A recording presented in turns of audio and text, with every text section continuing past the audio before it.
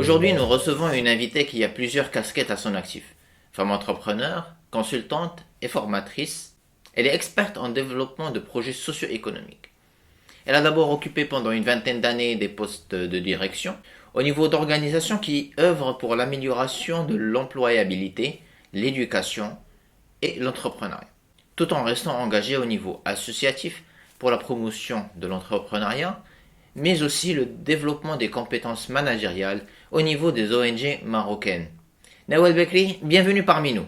Merci Ibrahim et bienvenue à tous ceux et celles qui nous écoutent. Tu diriges depuis plusieurs années ton propre cabinet de conseil et de formation. Tout d'abord, félicitations pour ta récente certification de business coach. Avec ton expérience en management, accompagnement d'entrepreneurs et la formation, quelle importance avait pour toi cette nouvelle expérience? Je te remercie Ibrahim pour cette attention. Alors effectivement, cette certification de coaching, elle vient rajouter une autre corde à mon arc. Comme tu l'as si bien rappelé, depuis plusieurs années, je baigne le monde de l'encouragement à la création d'entreprises dans différentes formes d'encouragement, que ce soit la sensibilisation, la formation ou l'accompagnement. Et bien sûr, quand on parle de l'accompagnement, on parle d'une certaine posture, de certains outils. On ne peut pas accompagner si on n'est pas outillé suffisamment pour prendre en charge la personne, l'assister ou bien l'orienter ou la mentorer. Et donc, pour moi, il était vraiment logique d'aller creuser sur la posture d'accompagnement. On parle aussi de la relation qui doit rester saine parce qu'elle doit mener vers de l'autonomie. Et je me suis retournée vers le coaching. Je me suis dit, allez, nos chemins se sont croisés à longtemps. J'avais fait un cycle de manager coach déjà en 2010. Je me disais, j'aimerais bien découvrir ce métier-là. Et comme tu sais si bien, Brahim, c'était le boom du coaching. Tout le monde est parti sur cette voie-là. Moi, j'ai pris le temps qu'il fallait jusqu'à avoir besoin de cette certification parce que j'estimais que c'est très important d'adopter cette posture, cette casquette pour pouvoir toujours servir mes clients qui sont les jeunes et les femmes pour leur autonomisation socio-économique. Et je ne peux que te souhaiter, Nawal, plein de succès dans cette nouvelle aventure. Et on passe à la première thématique qui est l'employabilité. Nous remarquons selon les données du HCP que le taux de chômage chez les diplômés chômeurs, surtout les personnes qui ont un diplôme supérieur, n'a cessé de croître depuis 2013 de 1% annuellement. Nous sommes encore loin des 29% de l'an 2000, mais qu'est-ce qui explique cette tendance haussière qui s'accumule de 1% annuellement depuis 2013? Alors, écoutez, dans mon parcours personnel, j'ai collaboré dans une grande fondation internationale qui s'intéressait aux jeunes chercheurs d'emploi, qui veillait à la mise en relation entre ces jeunes et entre les entreprises. Et durant cette belle expérience, on a touché beaucoup de, peut-être, d'obstacles à ce que ce jeune-là puisse trouver une place dans le marché de l'emploi. Donc, on a des soucis dans les deux sens. On a les employeurs qui disent on recherche de la ressource humaine et on a de l'autre côté qui dit on veut des entreprises pour pouvoir vivre dignement et trouver une place dans le marché de l'emploi. Alors, du côté des jeunes et des demandeurs d'emploi en général, bien sûr, on a l'entrave numéro un, c'est cette fameuse, je dirais, c'est que la formation est adaptée aux besoins de l'entreprise. Les soft skills n'existent presque pas. Les demandeurs d'emploi sont des fois décalés par rapport à l'entreprise. Ils n'adaptent pas leur objectif professionnel à la réalité du marché. Des fois, ils rêvent un peu trop. On en a plusieurs. De l'autre côté, l'entreprise, des fois, elle ne sait pas qu'est-ce qu'elle veut. Il est rare de trouver une entreprise, à moins qu'elle soit une grande entité qui ait un job description clair, d'arriver, de vouloir répondre au monde d'entreprise pour sourcer des jeunes, et l'entreprise ne sait pas faire son job description. Donc, on l'assiste pour faire un peu ventiler le job en termes de compétences techniques, en termes de diplômes, soft skills, prérequis. Donc, des fois, alors, il y a aussi des soucis de la part d'entreprise, mais il faut le dire, c'est le manque d'encadrement des personnes qui souhaitent intégrer le monde professionnel. Souvent, on trouve des jeunes qui sont livrés à eux-mêmes et le manque d'encadrement 3 premiers mois, ou 8 mois, ça dépend de la culture d'entreprise. Des fois, ils sont livrés à eux-mêmes et ça pour réussir leur intégration. Bien sûr, le grand mal revient à ce mismatching, on l'appelle, entre l'éducation et l'entreprise. Est-ce que les formations de l'enseignement supérieur commencent à intégrer des activités qui permettent justement l'acquisition de ces soft skills chez nos futurs lauréats? J'ai la chance aussi de travailler avec les universités, avec les business schools et avec les centres de formation professionnelle.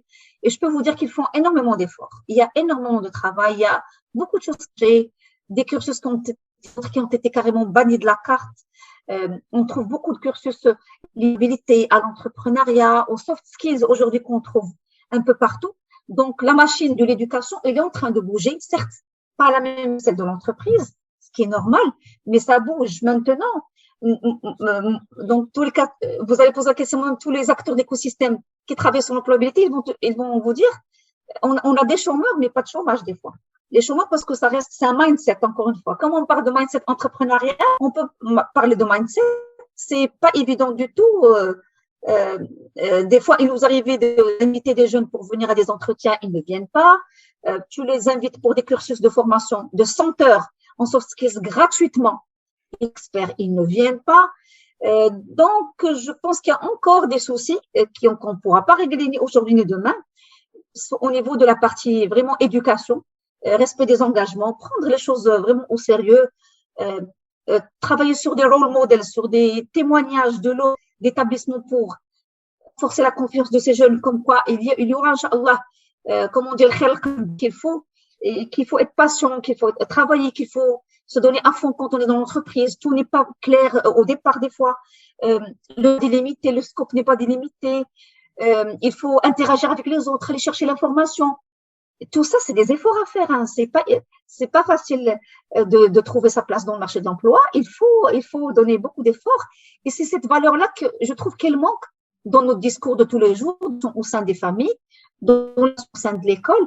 C'est de dire que le travail, il paie et que si vous peut-être de rencontrer des personnes qui sont en train de briller, alhamdoulilah, on a beaucoup de personnes qui brillent sur le marché économique aujourd'hui, c'est parce qu'elles ont des études, mais énormément d'efforts, de concessions. C'est pas évident. Et donc, ces jeunes-là, ces demandeurs d'emploi doivent aussi intégrer cette donne, comme quoi il faut y aller pas à pas, il faut structurer sa vision, il faut avoir un projet professionnel, la plupart ne l'ont pas, ils papillent les jobs, il faut avoir ses idées claires, se faire mentorer, se faire coacher, se faire aider des personnes qui ont de l'avance avant nous. Mais sinon, quand tu ouvres le journal, quand tu vois un peu les job boards et les plateformes de job, tu vois qu'il y a énormément d'annonces d'emploi. Et tu te dis comment ça se fait qu'on n'arrive pas à linker. On devrait avoir l'autosuffisance, mais c'est pas suffisant. Et bien sûr, il y a aussi d'autres facteurs, Brahim, comme tu sais si bien, qui sont un peu macroéconomiques, qui sont liés à la croissance, qui sont liés à la vitesse donc de l'industrie, de général. Ça, c'est quand même des facteurs sur lesquels on ne peut pas avoir, je veux dire, une action immédiate et concrète à court terme. Tout ce qu'on peut faire, nous, c'est de parler à ces jeunes, c'est de les responsabiliser, c'est de les rendre autonomes et de leur dire que le marché de l'emploi, de l'autre côté, il est demandeur, mais il faudrait être agile, transformer son parcours, aller vers les secteurs porteurs. Et bien, s'il faut mettre un stand-by aujourd'hui, 6 mois, 8 mois, et aller faire peut-être dans le digital qui est aujourd'hui très porteur, d'aller vers tout ce qui est payant, il faut le faire. On trouve aussi beaucoup de jeunes qui n'acceptent pas de la demande dans des entreprises qui offrent des services et de téléconseillers. Ils boudent ce type de poste, et ce qui est dommage parce que ce sont ces types de postes qui leur apprennent à la prise de parole, gestion de réclamation, communication interpersonnelle, énormément de choses qui sont positives. Il nous est arrivé, nous, de fournir des jeunes avec on voudrait des jeunes qui soient passés par le métier de la vente grande surface, boutique ou autre, ou bien des jeunes qui ont été des téléconseillers, parce qu'on sait qu'ils sont rodés sur le terrain, qui savent très bien s'exprimer, ils ont une intelligence, je dirais, émotionnelle, ils savent interagir avec le client, le gérer, le rassurer, passer le message, gérer une réclamation, assurer un service après-vente. Tout ça, le demandeur d'emploi, il devrait s'informer de plus en plus sur les jeux le jeu se joue dans de quoi ils ont besoin, ou est-ce qu'il y a des lacunes, ils vont un peu s'orienter un peu plus. Donc, j'ai parlé un peu des différentes parties prenantes, je dirais, de cette question qui est liée à l'employabilité. Donc, des choses à régler dans chaque partie. Et l'effort, il est fourni un peu de part et d'autre. On n'est pas encore au bridge complet entre les deux, mais je trouve que ça avance, Je suis très optimiste par rapport à ce point-là. Et Nawal, on passe à une thématique qui se rapporte à ce qui a caractérisé l'année 2020 qui est toujours présente, c'est la pandémie Covid-19. Quel constat ferais-tu de la prise d'initiative, voire de la création d'entreprises au Maroc depuis l'année dernière? Brahim, tu as raison et je pense que déjà, comme tout citoyen, on a été agréablement surprise et surpris en tant que tout citoyen marocain par, je dirais, par cet éveil peut-être, par cette réactivité, parce qu'on a gagné dans le temps rapidement. On a trouvé des jeunes qui ont pris le relais, je dirais, donc d'autres personnes, d'autres générations qui ont bugué un peu le temps de comprendre qu'est-ce qui se passe, mais on a eu des jeunes qui ont compris, qui sont connectés, qui ont benchmarké à l'international qu'est-ce qui se passe, et rapidement, ils ont pu mobiliser de la ressource, de la matière, des personnes autour pour pouvoir développer des choses, même à petite échelle, qui ont marché parce que l'intérêt, c'était de bouger. Et quand je dis, je vise et les services. Moi-même, durant le confinement, je me suis fait énormément de choses, prestations et produits. Donc, j'ai pas senti que les choses, je dirais, ont été gelées, mais par rapport à ce qui, bien sûr, pour moi en tant que particulier. Donc, on a vu des jeunes qui ont été encadrés à distance, qui ont bougé, bien sûr, qui se sont déjà orientés vers tout ce qui est produits, articles nécessaires dans la crise sanitaire, bavettes, sur toutes les formes, donc bien sûr les masques, les gels hydroalcooliques, donc tous les produits, les serviettes. On a vu même au niveau de l'université des essais pour du matériel de respiration artificielle. Donc les jeunes se sont éclatés en termes je veux dire, de produits qui étaient liés au Covid. Et puis à côté de ça, on a vu des jeunes qui ont développé des prestations de services à distance, qui ont joué le jeu de relais comme des services de livraison à domicile. Et ben, je peux te dire que on avait un voisin quand nous on était en plein confinement. Il avait créé une petite structure de livraison. Ça n'arrêtait pas chez lui. Il a fait le chiffre d'affaires durant le confinement. Donc c'est à partir de juin que ça commençait à passer chez lui. Nous on avait je dirais nos honoraires qui gelaient. Lui il faisait du chiffre d'affaires. Donc on va le dire بالعربية مصائب قوم عند قوم فوائد. C'était il y avait un mal pour un bien, il y avait une problématique générale, mais c'était des opportunités. Mais encore une fois, c'est Ibrahim, tout est question de mindset. Il y en a source de dépression, de malaise, de malheur, et bien sûr, on est différent. D'autres ont vu des opportunités, ils ont choisi de pivoter et de travailler sur du digital, des plateformes de formation online. Nous-mêmes, on a dû recréer des choses, de revoir nos outils pédagogiques pour les transmettre à travers un écran, ce qui n'était pas évident du tout, de travailler à distance. Je veux dire, il y a eu une émulation. Je veux dire, 2020, je pense que c'est une année qui va aller dans l'histoire, qui va à tout jamais. Quand on raconte, nos enfants l'ont vécu avec nous, ils vont la raconter. C'était une année très spéciale. Là, je garde quelque part un bon souvenir quand même. Je n'étais pas traumatisée parce que moi aussi j'ai surfé sur la vague, j'ai écouté, j'ai donné. Alors les jeunes ont donné de leur temps, les lives à n'en plus finir, les formations gratuites, tout le monde voulait donner à tout le monde. Il y a une partie des jeunes aussi qui ont créé des associations, des petites œuvres sociales pour pouvoir aider des démunis qui n'avaient pas de substitution durant Covid. Je veux dire que tout le monde a bougé. En tous les cas, ceux qui me concernent, ceux que je vois, ceux qui sont dans mon écosystème, et je pense que toi aussi, cher Brahim, tu as fait part du contrat tel que tu pouvais, avec les ressources que tu pouvais. Et bien sûr, on n'oublie pas que dans 2020, c'était aussi l'année du déclenchement du programme Ntelaka. Et je peux te dire que moi, quand je travaille beaucoup avec l'ANAPEC, eh ben, les dossiers de Ntelaka, ils étaient en train de s'entasser comme pas possible, parce que les gens de réfléchir sur des projets, sur des il y en a qui voulaient donc des financements pour du local, ont demandé des financements pour des voitures utilitaires pour pouvoir assurer les livraisons, pour des motos, des mobylettes. Et donc, c'est un peu la ruée vers l'or. Je pense que c'est le cas aussi aujourd'hui. Mais surtout en 2020, les gens ont pris le temps de réfléchir à des projets, de chercher qu'est-ce qui se passe, de quoi a besoin le client, le consommateur, pour pouvoir un peu bouger dans ce sens. Et je me dis, bah, alhamdoulilah, si les gens ont peut-être des initiatives, réfléchir autrement, penser au consommateur final et lui imaginer des formules, des services, des prestations qui vont combler son besoin. Et tu soulèves un point important, Nawel. En prenant en compte ce que l'on a discuté il y a quelques instants dans la partie employabilité, au sujet de l'éducation et du mindset, je crois que cette année 2020, comme tu l'as aussi précisé, a permis de nous challenger collectivement et a aussi permis de dévoiler notre potentiel, tant sur le plan entrepreneurial et solidaire. Sans forcément généraliser, on dit dans notre culture que c'est-à-dire que c'est dans les moments difficiles que l'on donne le meilleur de nous-mêmes. Est-ce que tu penses que cet élan va se poursuivre au-delà de la pandémie, surtout que notre ère est devenue une ère de challenge continu qui se succèdent? Et par ailleurs, est-ce que l'on va adopter un état d'esprit d'initiative continue et d'anticipation par rapport à toute crise, euh, pour ne pas rester dans un état d'esprit toujours sans généraliser de la hamzine? Anna, je me dis que il y a eu un virage, je l'ai dit tout à l'heure, les choses ne sont plus comme avant. Je me dis peut-être alhamdoulilah. Alhamdoulilah. On dit toujours alhamdoulilah parce que on a vu des choses qui ont bougé, on a vu des jeunes qui ont été challengés, on a vu même des ONG qui ont été challengés, tout le monde a été challengé. C'est comme la pommade qu'on retourne jusqu'à sortir vraiment ce qui restait. On s'est battu, on n'a rien lâché.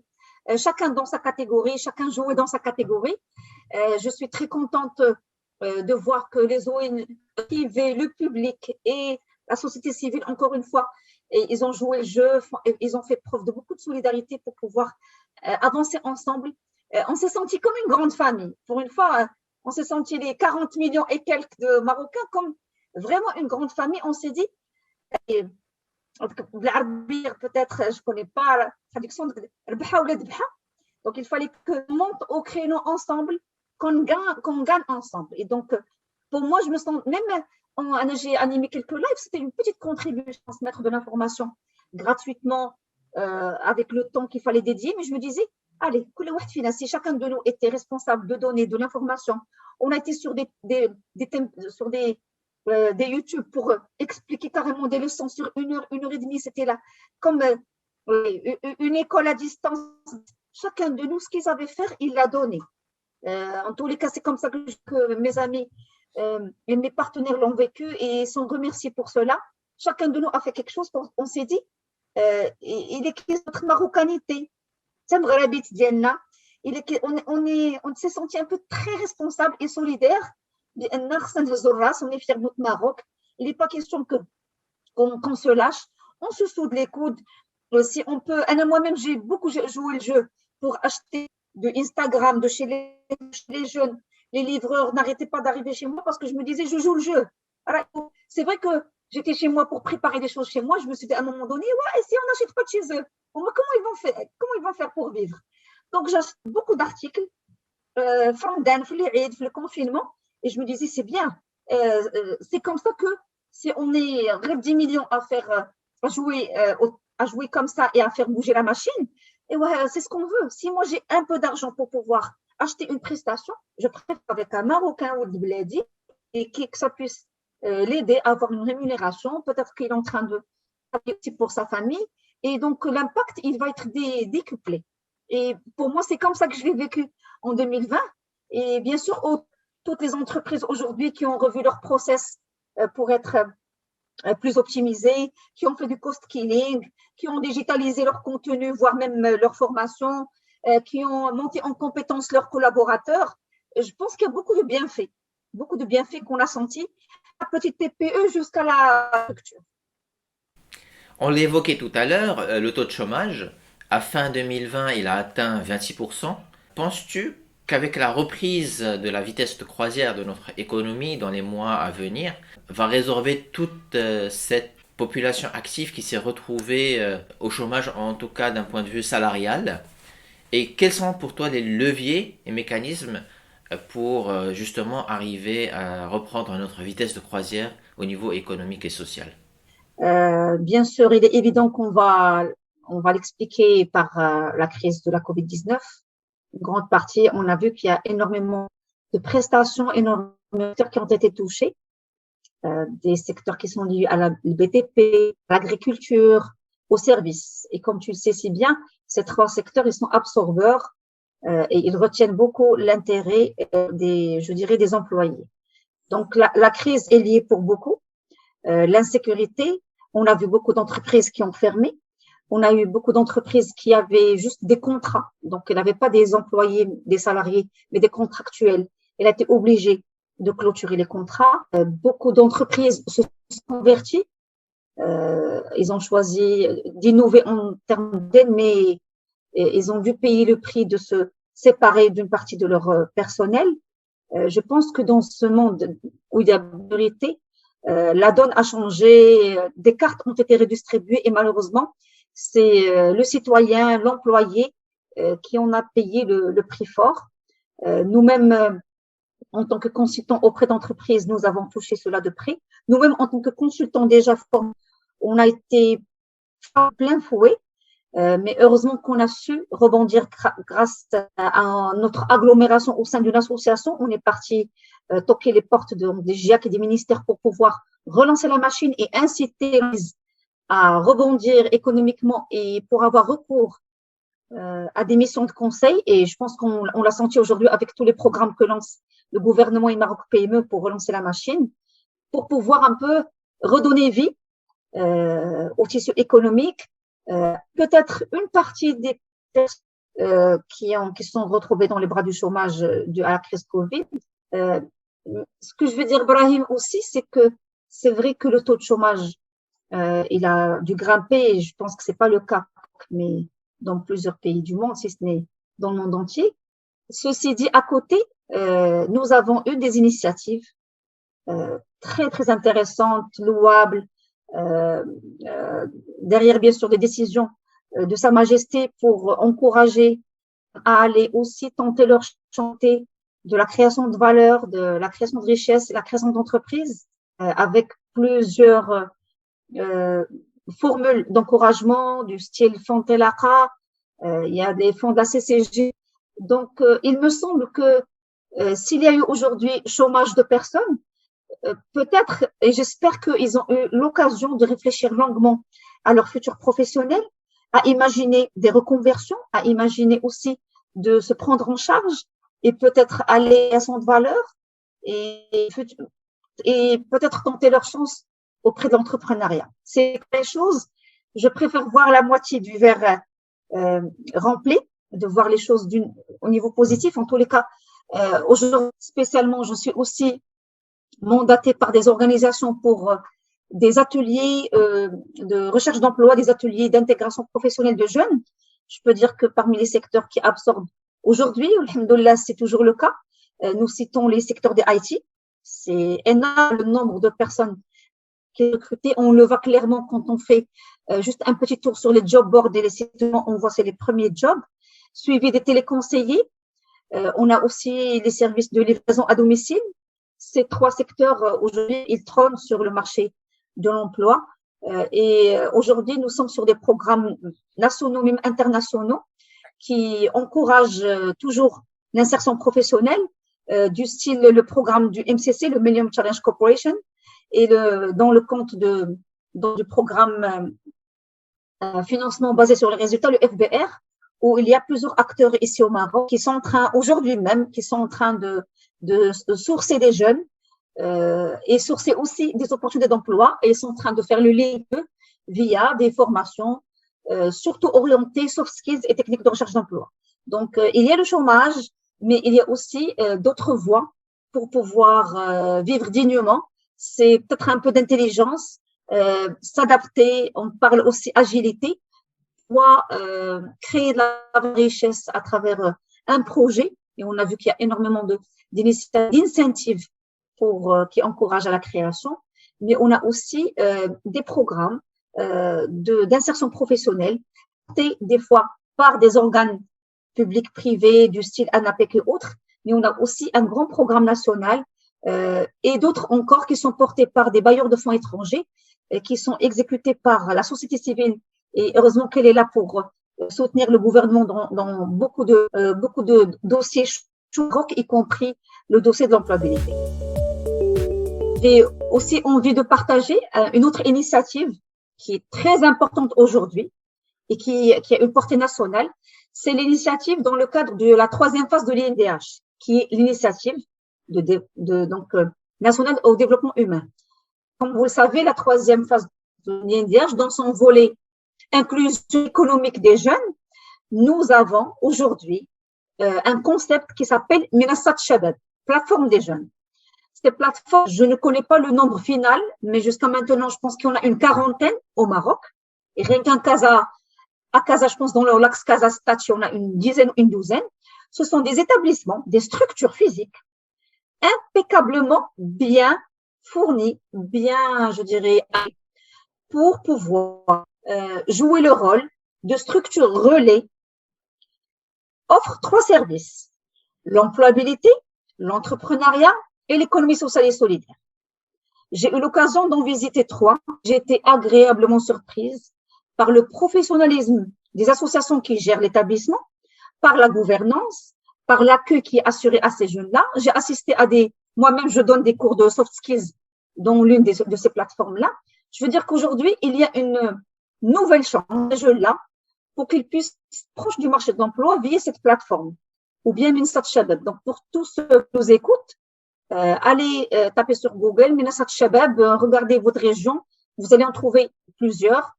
À tout le monde, il y a des petites conditions de rigueur, il y a un entretien de positionnement qui se déroule au départ, et il y a un cursus à suivre. Ces mêmes associations qui gèrent ces plateformes, elles ont cette obligation de linker ces jeunes-là avec les employeurs, et collaboration avec l'ANAPEC. Donc, voici une nouvelle dynamique où on trouve et la société civile, et les pouvoirs publics, et le secteur privé, donc c'est du PPP, un peu plus, qui travaillent en symbiose avec des jeunes du quartier, de la région, qui ont cette volonté de vouloir aller travailler, aller chercher une vie digne et aussi collaborer quelque part dans cette dynamique économique. Donc, voici une belle preuve qu'il y a encore de belles choses qui sont en train de se tracer. Et c'est pas un projet pour 1 mois, 2 mois. Et il est place depuis l'année dernière avec le confinement. Il a repris.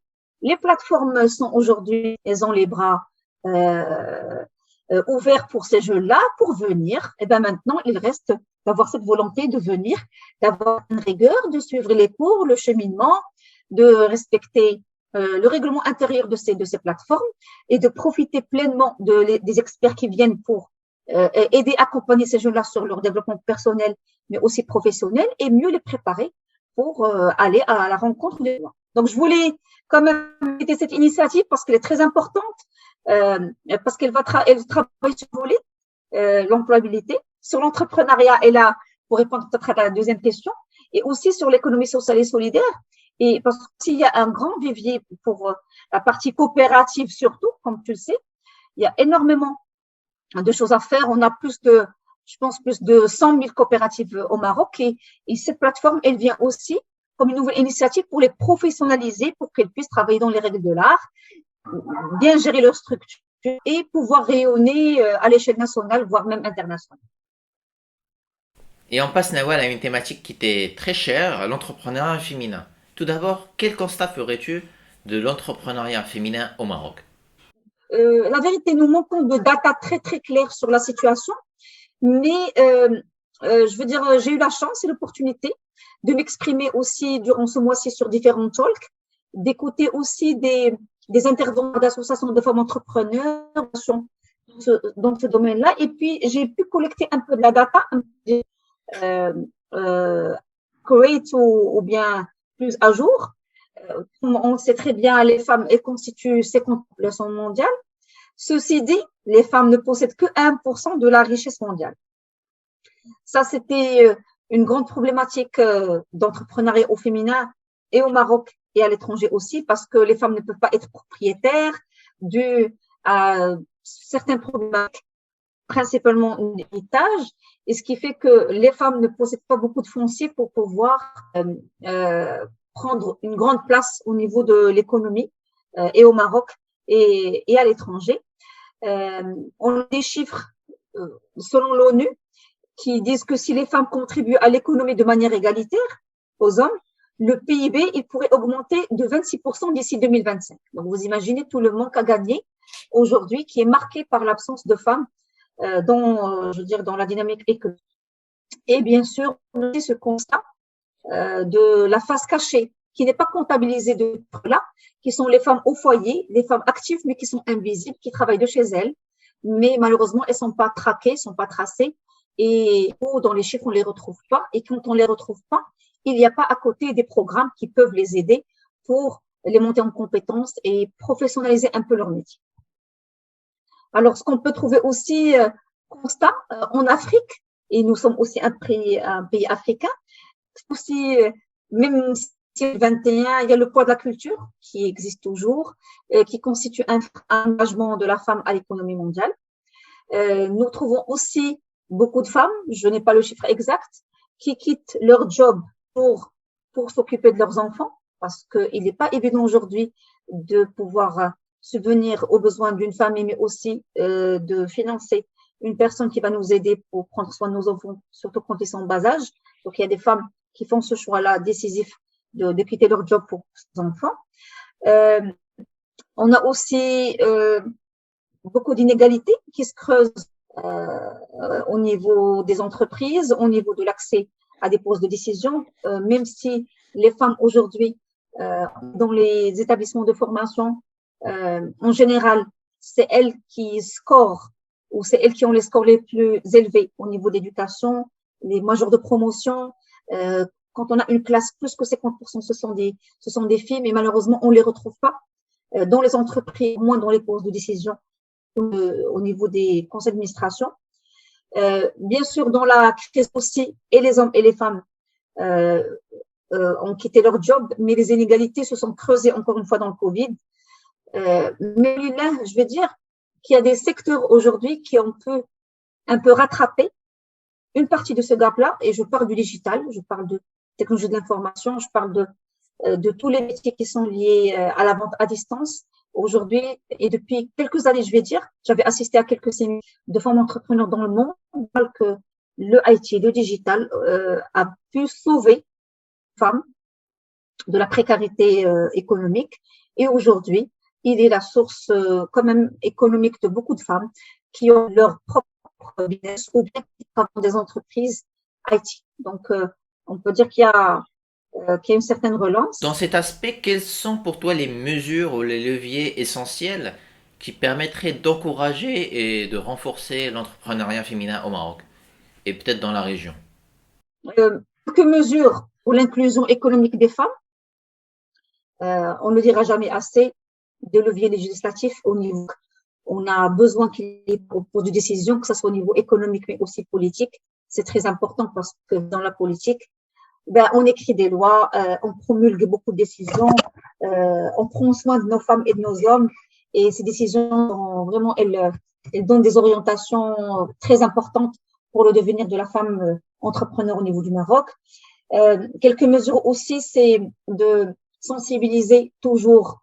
On le fait à travers des programmes et de la société civile, sensibiliser à l'entrepreneuriat, les établissements de formation professionnels, universités, dans les associations aussi. On le fait à travers la société civile. Quelques établissements commencent à le faire, mais ce n'est jamais assez.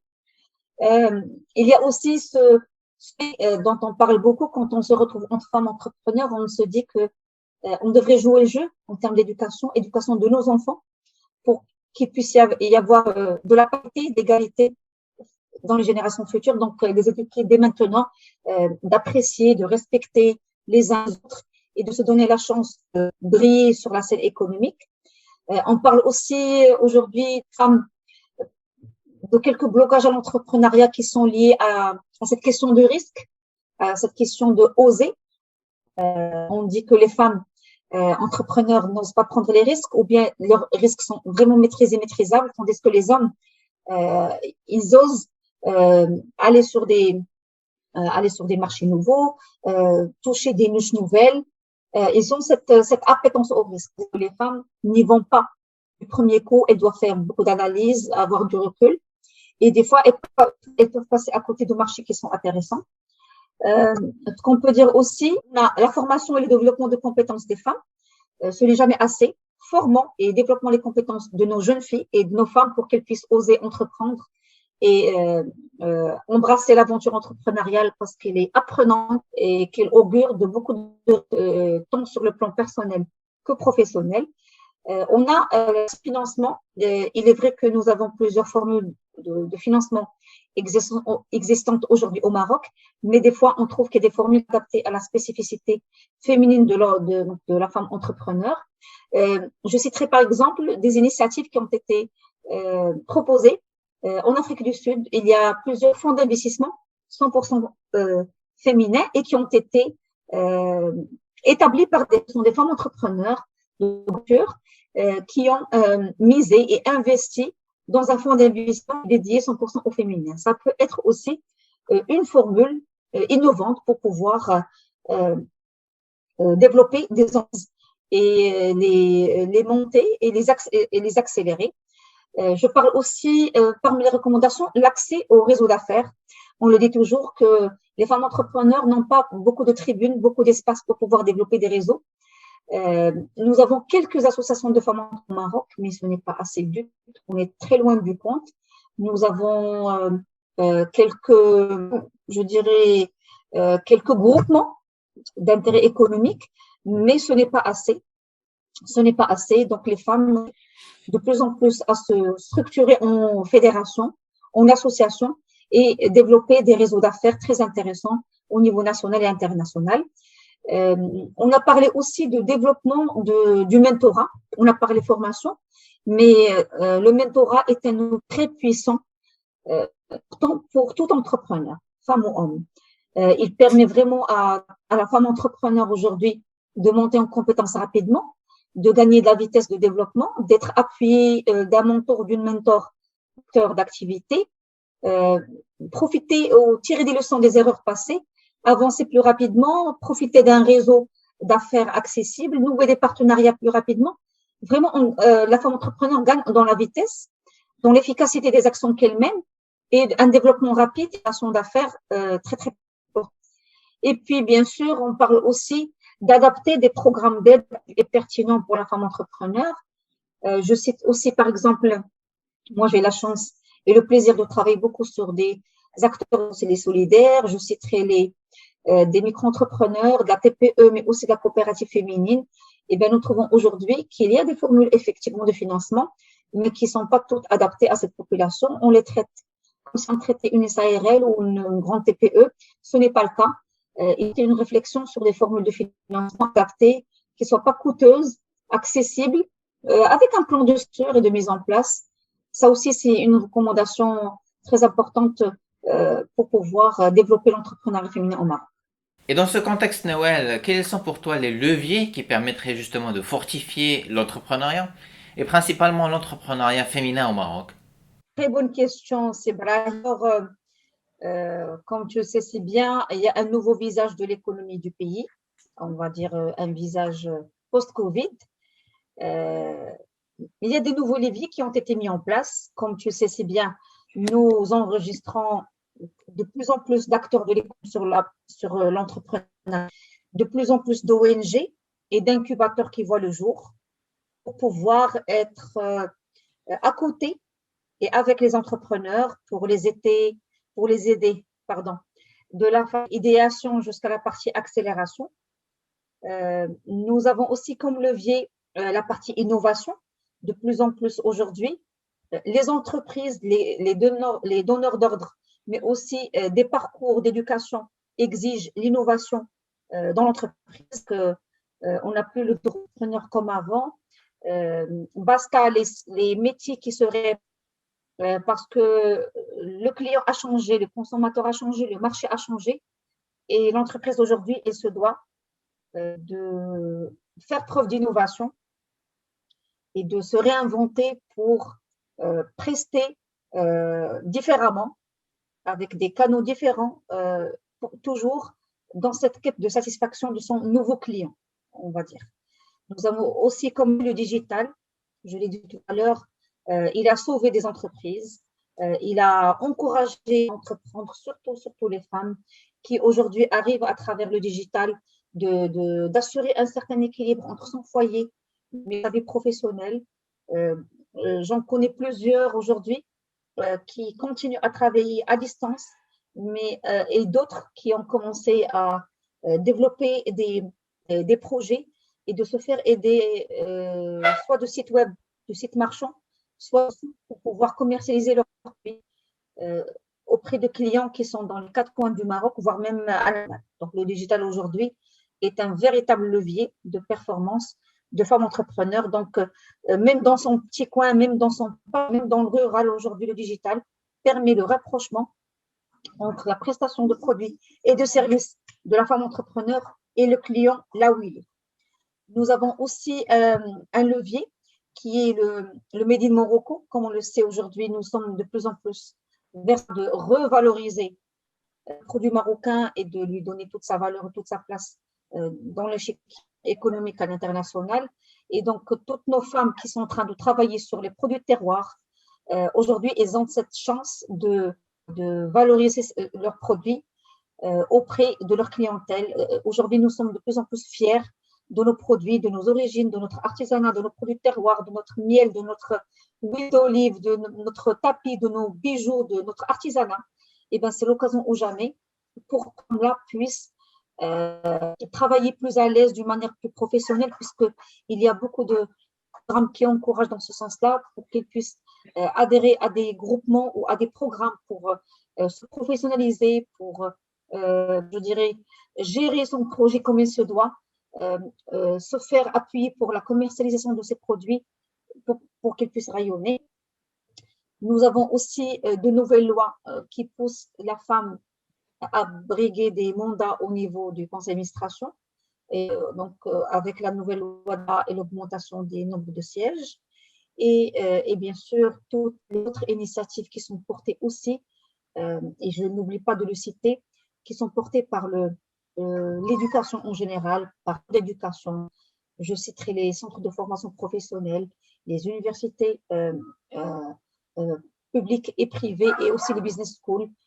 Toutes ces structures d'éducation aujourd'hui, elles ont compris que c'est très important que nos femmes et nos hommes puissent sortir de ces établissements avec un entrepreneurial, quelle que soit l'orientation professionnelle qu'ils vont vivre.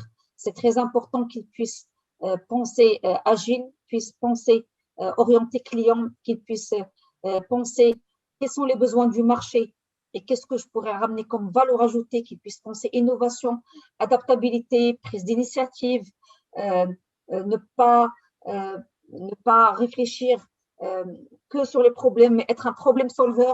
Donc, c'est tout un mindset, une façon de réfléchir qui pourrait sauver, je dirais, les prochaines générations et les hisser à un niveau très, très élevé pour qu'ils puissent être les prochains drivers de notre monde. Et on passe à notre dernière thématique, Nawal. En quoi l'entrepreneuriat social et solidaire peut apporter des réponses à des personnes qui sont en exclusion sociale, économique et professionnelle au Maroc? Et à travers quels mécanismes? Alors, par rapport à la question de l'inclusion socio-économique des personnes qui sont dans le besoin en général, l'exclusion socio-économique, effectivement, l'économie sociale et solidaire vient vraiment répondre à leurs besoins aux côtés des autres formats d'entreprise que nous connaissons.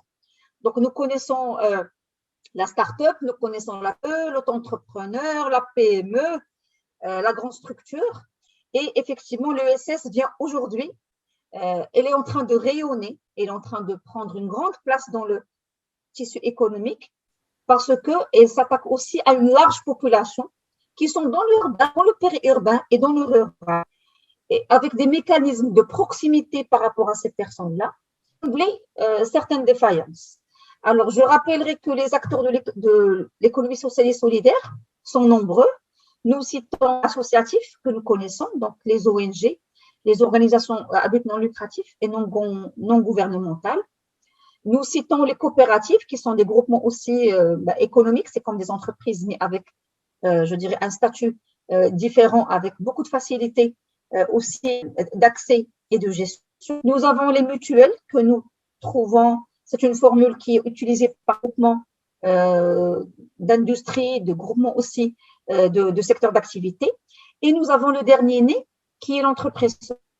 Alors, je rappelle aussi, donc ce sont des acteurs qui viennent aujourd'hui combler un besoin qui est exprimé par des personnes en exclusion sociale. Donc aujourd'hui, qu'est-ce qu'on leur offre? Bien sûr, l'ONG, on sait que ce qu'elle a fait, et elle fait bien, et on l'a vu, je parle de l'ONG en général durant le confinement, énormément d'associatifs a été, je dirais, initié, développé durant le confinement pour porter de l'aide, on dit sporadique pour cette population dans le besoin.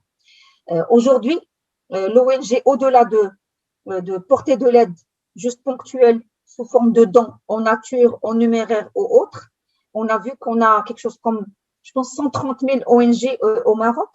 Et dans ces 130 000-là, on a des milliers qui sont structurés, et on a des fondations. On connaît très bien, qui rayonnent au niveau national et international, qui, grâce à eux, nous avons des bailleurs de fonds étrangers qui font au Maroc par la porte de l'ONG, mais pas par la porte de structures gouvernementales, mais là par la porte de l'ONG. Donc, ils donnent de l'argent, ils ont des rapports, il y a du travail qui se fait sur le terrain, il y a de l'impact.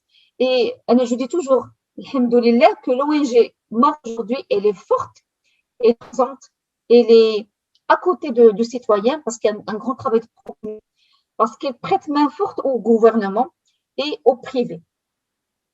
Elle fait énormément pour l'exclusion sociale. On les intégrant dans des programmes de renforcement de capacité ou des programmes de soutien en dons, en numéraire. Je veux dire qu'elle fait beaucoup de choses. Et l'ONG aujourd'hui, elle est présente dans l'urbain, périurbain, dans le rural, donc il y a un travail de proximité de fond. On a le deuxième acteur qui est la coopérative. C'est un format qui existe depuis la nuit des temps au Maroc, qui n'avait pas cette appellation, mais la démarche, ce n'est que depuis quelques années que la démarche a été mieux structurée, qu'il y a une loi qui régit les coopératives, il y a des règlements qui ont été mis en place, et c'est qui convient beaucoup aux personnes qui souhaitent valoriser les produits de terroir, qui souhaitent valoriser des services, qui souhaitent valoriser des métiers, et préfèrent travailler en collaboration pour pouvoir travailler sur toute la chaîne de valeur et être efficace et être plus présent sur le marché économique. Les coopératives aujourd'hui, elles sont présentes sur tout le territoire. Leurs produits sont commercialisés sur le territoire, mais aussi à l'international, surtout les produits made in Morocco, les produits du terroir aujourd'hui, je trouve vraiment valorisés. Et ce sont ces coopératives deviennent des ambassadeurs du Maroc dans des foires à l'international. J'ai eu la chance d'assister à quelques-unes. Vraiment, on est fiers d'avoir des acteurs aussi formés qui gèrent bien leur entreprise, des carnets de commandes très intéressants aujourd'hui qui travaillent avec beaucoup de professionnalisme en mettant en place tout un système de gestion efficace. Ceci grâce aussi à ces programmes qui soutiennent la coopérative. Nous avons les mutuelles. Je passe à côté parce que c'est un format qui convient à quelques secteurs d'activité qui mutualisent la couverture sociale principalement. Et je viens au nouveau-né parmi les acteurs de l'économie sociale et solidaire, qui est l'entreprise sociale, qui aujourd'hui est un hybride entre ce que font les associations publiques et le privé. Alors, l'entreprise sociale aujourd'hui, son mindset, c'est du business, c'est une entreprise. Donc, elle doit penser business, durabilité, scalability et tout ce qu'on veut. Par contre, cette entreprise, dans ses objectifs phares et dans son mindset, elle pense beaucoup plus à venir en aide ou à combler un besoin ou un manque qui a été constaté sur le terrain au niveau social ou mental principalement. Et, et les exemples sont énormes. Quand on parle problème social, c'est pas que problème entre personnes, mais aussi pour le bien-être de tout un chacun. On est tous des composants du social. Il fait partie du social. Donc, tout ce qui peut être prestation de services ou de produits pour qu'on puisse vivre mieux, vivre, je dirais, dignement et avoir une vie facile, donc nous faciliter la vie, ça peut rentrer dans l'entrepreneuriat social. Donc, ces entrepreneurs sociaux, c'est une nouvelle génération d'entrepreneurs. Comme nous, on l'a appris dans nos formations, ce business avec le cœur. Donc, ce sont des businessmen, des businesswomen, mais la main sur le cœur. Ça veut dire qu'ils pensent à ces personnes-là, ils pensent à cela quand ils vont faire un projet. C'est la finalité est de développer un territoire, c'est de venir en aide à une population minoritaire pour qu'elle puisse vivre dignement. Et bien sûr, combler un besoin qui est une prestation ou un produit qui va venir, qui va être commercialisé auprès de nous. Donc, c'est toute la beauté et la magie et la finesse de l'entrepreneuriat social. Donc, tout là aujourd'hui, et elles sont présentes pour ces personnes en exclusion. J'ai la chance et je dis le privilège aussi de travailler avec ces personnes parce qu'elles ont beaucoup de volonté. Des fois, techniquement, elles sont très bonnes. Elles connaissent très bien le métier. Mais ce qui leur manque, c'est commencer le marketing, la communication, des fois le packaging, des fois c'est la mise en lumière de leurs produits. Elles n'ont pas accès à l'information et ça pas au vendre, bien sûr, des fois le digital et comment parler et négocier avec un client. Tous ces éléments peuvent être prodigués à cette population-là à travers ces acteurs-là. Donc, soit des programmes d'ONG qui viennent là pour renforcer les compétences de ces entrepreneurs, soit des programmes de création de coopératives et on a des offices, mais on a aussi des programmes d'accompagnement des coopératives de la partie juridique jusqu'à, je dirais, la commercialisation de leurs produits. Et on a le format entreprise sociale, on trouve, mais aussi des moins jeunes qui s'intéressent à ces populations-là, qui les font travailler sur une problématique pour avoir une solution prête à être utilisée auprès d'une clientèle. Et donc, on comble et le besoin d'un client. Ces personnes-là, elles voient un peu leur niveau de vie amélioré. Merci Nawal et j'adore ton expression de main sur le cœur. Pour finir, un mot de la fin de ta part. Alors, je vais dire ce que j'aime beaucoup répéter en tant que femme entrepreneur, mais mon parcours, je dis que je suis fière de mon parcours parce que j'ai fait l'entreprise, j'ai fait l'ONG et aujourd'hui, je fais l'entrepreneuriat. Et je pense que je sais pas, mais c'est divin ou là c'est une baraka ou je sais pas comment ça s'est passé, mais aujourd'hui j'ai une position assez intéressante pour avoir ce regard-là neutre sur mon acteur. J'ai la chance de travailler avec et les coopératives et les entrepreneurs sociaux et les ONG. J'aime beaucoup mon travail parce que c'est un job et une cause à la fois que je défends. Donc je travaille avec des personnes qui le méritent et quand je finis ma journée de travail, je suis vraiment comblée d'abord par de ces gens-là qui me disent merci beaucoup parce que grâce à vous, on sait un peu comment mieux améliorer mon produit, éviter cette erreur-là, comment gagner dans la vitesse. J'aime beaucoup parce que je travaille avec personne. Donc, il y a l'émotionnel aussi qui est là, on est tous des personnes. Et puis, avec quoi je voudrais conclure, j'aime bien l'histoire du colibri, je la ressors à chaque fois, qui me parle énormément. C'est que chacun de nous doit faire sa part du contrat. Chacun de nous doit aider comme il le peut, soit en formation, soit en mécénat de compétences, soit en mentorat. Parce que le temps, c'est de l'argent, le temps, c'est un capital. Si on a ces personnes-là, pour leur venir en aide, si Dieu nous a donné cette possibilité d'avoir un peu de connaissances, compétences, si on peut les partager avec autrui, quel que soit le format de partage, c'est magnifique de pouvoir contribuer et ma part de contrat, elle est remplie.